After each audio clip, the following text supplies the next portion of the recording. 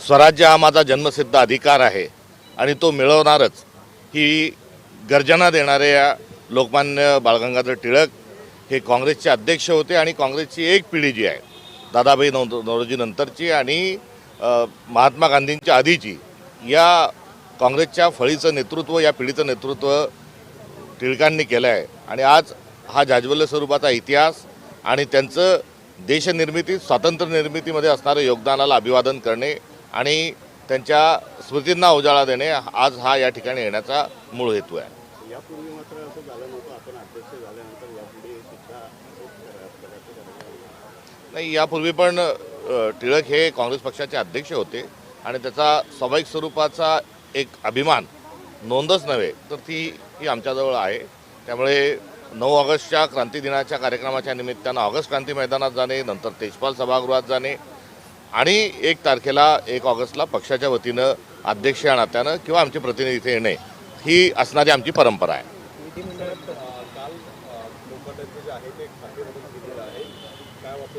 तुम्ही राजीनाम्याची मागणी केली होती परंतु त्यांचं आता खातं बदलण्यात आलं। राजीनामा यांना द्यायचा नाही कारण हे बेशरम आणि लाचार अशा प्रकारचं एक सरकार आहे।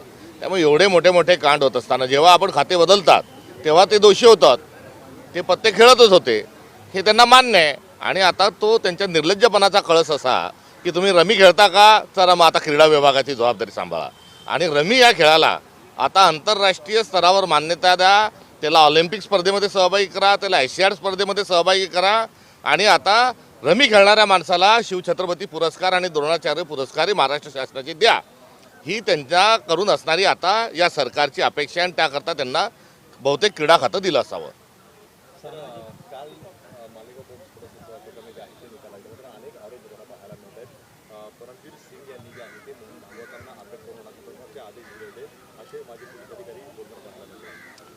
या संदर्भामध्ये फार मोठी चर्चा ही महाराष्ट्रात घडून आलेली आहे आणि या निमित्तानं सरकारमध्येच मुश्रीफ साहेब आता मंत्री आहेत आणि त्यांच्याच भावांनी हो किल करकरे नावाचं एक पुस्तक लिहिलेलं आहे। या सगळ्या ज्यांनी काँग्रेसला माफी मागावी अशी हास्यास्पद मागणी केली आहे आणि कालपासून ते फार कांगावा करत आहे आणि त्यांना आता त्यांचा जो अजेंडा आहे, जो गोबेल्स नीतीचा वापर करण्याच्या अनुषंगाने जे सर्व आता त्याला दहशतवादाला रंग जे देत आहेत या सगळ्यांना ते पुस्तक आता सप्रेम भेट स्वरूपात पाठवणार आहोत।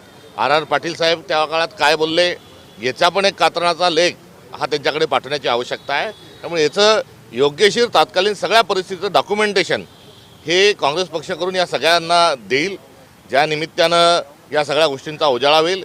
निकाल जरी काल न्यायालयाने दिला असला तरी खरा निकाल जो आहे तो देशाच्या गृहमंत्र्यांनी संसद भवनामध्ये 1 दिवस आधीच दिलेला होता, हे देखील या ठिकाणी खेदाने नमूद करावं असं वाटतं। 2 निकाल आले, एक तर रेल्वे बॉम्बस्फोट खटल्यातले 11 आरोपी निर्दोष सुटले, त्यानंतर लागलीच मालेगाव बॉम्बस्फोट खटल्यातले जवळपास 7 आरोपी निर्दोष झाले।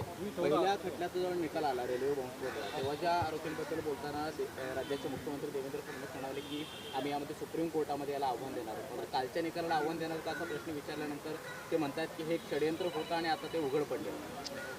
हा दुटप्पीपणा, बोलायचं एक आणि करायचं एक, हा दुटप्पीपणा हा देवेंद्र फडणवीसांच्या व्यक्तिमत्वातला या निमित्तानं पुन्हा एकदा समोर आलेला आहे। त्याचा पुरावाही मिळाला आहे, ते किती खोटारडे आहेत हे या निमित्ताने आलेले आहेत आणि ते करत असताना त्यांनी शपथ घेतलेली मुख्यमंत्री म्हणून करताना आणि त्या शपथीचा जो एक आशय होता तो देखील त्यांनी मोडलेला आहे। कारण मी सत्सद विवेक बुद्धीने काम करेल, मी कुठलाही अभिनिवेश हा ठेवणार नाही, लोभ ठेवणार नाही आणि एकूण संविधानानुसार काम करेल अशी मुख्यमंत्र्यांनी शपथ घेतल्यावर आता जर ते शपथीचं पालन करत नसतील आणि दहशतवादाला कोणताही धर्म नाही, दहशतवाद हा केवळ दहशतवाद आहे आणि अशा परिस्थितीत एका घटनेला एक न्याय आणि दुसऱ्या घटनेला दुसरा न्याय हा नैतिकतेला आणि त्यांनी घेतलेल्या शपथेला धरून नाही। त्यामुळे शपथ आणि नैतिकता हे दोन्ही धर्म आपल्याला शिकवणूक देत असतो, हे दोन्ही धर्मातून ही मूल्य येतात आणि दोन्ही मूल्य जर देवेंद्र फडणवीस जर पाळत नसतील तर ते अधर्मी आहेत। निवडणूक आयोगाने एक स्पष्टीकरण दिलं आहे पुढे सर्वपक्षीय उपस्थित राहण्यात काँग्रेसतर्फे कोण जाणार आहे का आणि निमंत्रण तसं आहे का जयंत पाटलांचं? जयंत पाटलांच्या वाढदिवसाच्या निमित्तानं नुकताच अलिबाग या ठिकाणी आम्ही जाऊन आलो आणि मी जात असताना त्यांना व्यक्तिगत स्वरूपाच्या शुभेच्छा दिल्या आहेत ते आमच्या महाविकास आघाडीचे आणि इंडिया अलायन्सचे पार्टनर होते. त्यामुळे या घटनेच्या अनुषंगानं तर दोन वेगवेगळे पक्ष त्या ठिकाणी येत असतील तर त्यावर माझं भाष्य करणं योग्य ठरणार नाही. सर, निवडणूक आयोगाने एक महत्त्वाचा निर्णय दिला आहे. तो असा आहे की EVM मध्ये कुठलाही घोटाळा नाही आहे. सर्व जे काही निकाल लागले ते पारदर्शक पद्धतीने लागले आहेत. आता जर चोरच आहे तोच म्हणतो, तोच ठाणेदार आणि तोच चौकशी करतो आणि तोच जज आहे, तर निवडणूक आयोगावरच आरोप आहे आणि निवडणूक आयोगच आता कांगावत करत सुटला की काही झालं नाही, हे हास्यास्पद आहे.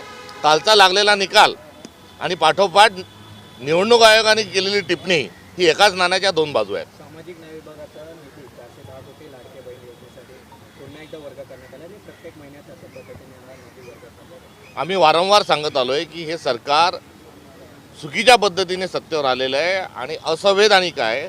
त्यामुळे एक असंवैधानिक आणि चुकीच्या पद्धतीने जे सरकार स्थापन होईल ते चुकीचेच कामं करेल. वास्तविक पाहता सामाजिक न्याय विभागाचा, आदिवासी विभागाचा हा निधी जो आहे कुठल्याच परिस्थितीत दुसरीकडे वळवता येत नाही. मात्र